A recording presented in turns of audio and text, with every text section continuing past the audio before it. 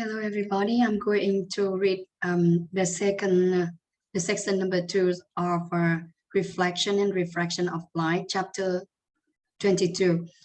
Reflection and refraction. When light travel in one medium, encounters a boundary leading into a second medium, the process of reflection and refraction can occur.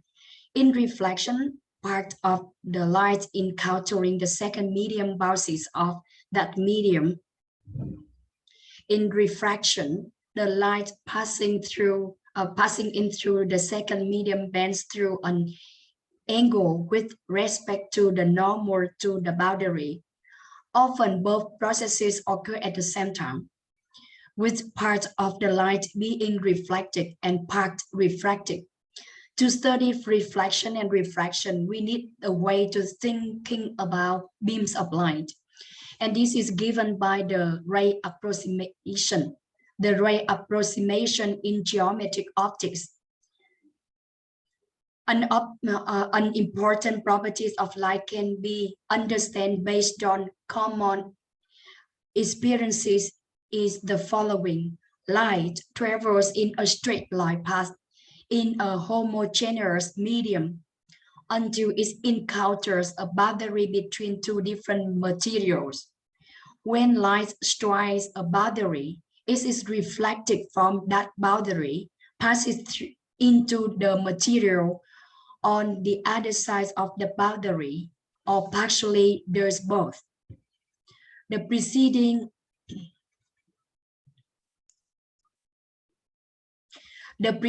observation leads us to use what we call the ray approximation to represent beams of light. As shown in figure 22.1, a ray of light is an imaginary line thrown along the direction of travel of the light beam. For example, a beam of sunlight passing through a darkened room traces out a path of light ray. We also make use of the concept of light front of light. A wavefront is a surface passing through a point of the wave that have the same phases and amplitude. For instance, the wavefront in figure 22.1 could be surfaces passing through the crest of wave, the ray corresponding to the direction of wave motion. A straight line perpendicular to the wavefront. When light ray travel in parallel paths, the wavefront are planes perpendicular to the rays. Reflection of light. When the light ray travel in a transparent medium encounters the boundary leading into the second medium, part of the incident rays is reflected back into the first medium. Figure 22.2a shows several rays of beam of light incident on a smooth mirror-like reflecting surface. The reflected rays are parallel to one another. As indicated in figure, the reflection of light from such smooth surface is called specular reflection. On the other hand, if the reflecting surface is rough, in figure 22.2b, the surface reflects the ray is in a variety of directions. Reflection from any rough surface is no diffuse reflection. A surface behaves as a smooth surface as long as its vibrations are small compared with the wavelength of the incident line. In figure 22.2c and 22.2d are photographs of specular and diffuse reflection of laser light respectively. You can see that. An example, consider the two types of reflection from the road surface that the driver might observe while driving at night. When the road is dry, light from incoming vehicles is scattered off the road in different directions, diffuse reflection. and the road is clearly visible. On a rainy night when the road is wet, the roads irregularly are filled with water, of course. Because the wet surface is smooth, the light undergoes specular reflection. This means that the light is reflected straight ahead, and the driver of the car sees only that directly in front of him. Light from the side never reaches the driver's eye. In this book, we concern ourselves only with specular reflection, and we use the term reflection to mean specular reflection. Look at the picture 22.3a and b. Which one is better shows specular reflection of light from the roadway, A or B? Remember that about the specular reflection, so when the road is wet, and about the diffuse reflection or the scatter of the road when the road is dry. Thank you.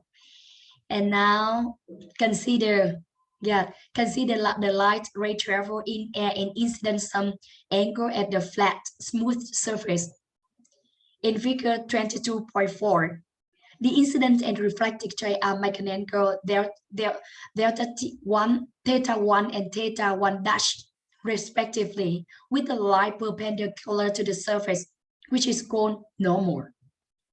So experiments show that the angle of reflection equal to the angle of incidence. Theta 1 dash is equal to theta 1. You may have noticed a common occurs on the photograph of individuals. Their eyes appear to glow red eye. Occurs when photographic flash device is used. The flash unit is close to camera lens. Light from the flash unit enter the eye and is reflected back along its original path from the retina. This does reflection back along the original direction, which is called retroreflection. If the flash units and lens are close together, retroreflected light can enter the lenses. Most of the light reflected from the retina is red due to the blood vessels at the back of the eye, giving the red eye effect on the photograph.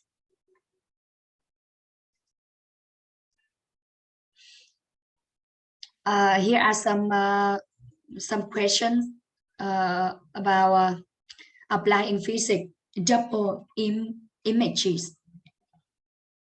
When standing outside in the sun close to a single pane window, looking to the darker interior of building, why can you often see two images of yourself, one superposed on the other?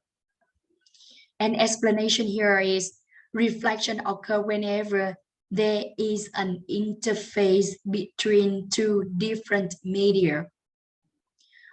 For the glass in the window, there are two such surfaces: the window surfaces facing outdoors and the window surfaces indoor. Each of these interfaces results an image. You will notice that one image is slightly smaller than the other because the reflecting surface is farther away. Double reflecting light ray. Actually, that is an exercise, and the student have to do some calculation here. Calculate the result angle from two reflection. Look at the figure 22.5. And now I'm going to read refraction of light. When a ray of light traveling through a transparent medium encounters a battery leading into another transparent medium, into 22.6a, part of the rays is reflected and part enters the second medium. The ray that enter the second medium is bent at the boundary and set refracted. The incident ray and the refracted ray, and the normal at the point of incident only lie in the same plane, of course. The angle refraction is theta 2. So we can see that in figure 22.6a and 22.6b. About 22.6a, we can see that the incident ray encountered the couple of medium here, air and glass, and refracted ray, and we see refracted ray, and the normal is dashed line. So all rays and normal lines in the same plane, and the refracted ray is bent toward the normal because V2, that means the velocities of the light in the second medium is less than that in the first medium.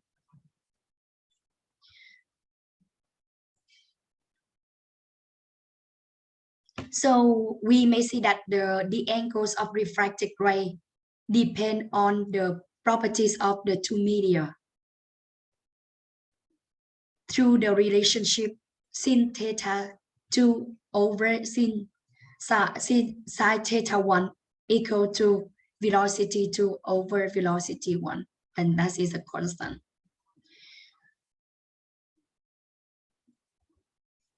Experiment shows that the path of light ray through the refracting surface is reversible. For example, the ray in active figure 22.6a travel from point A to point B. If the ray originating at B, it would follow the same path to reach point A, but the reflected ray would be in glass.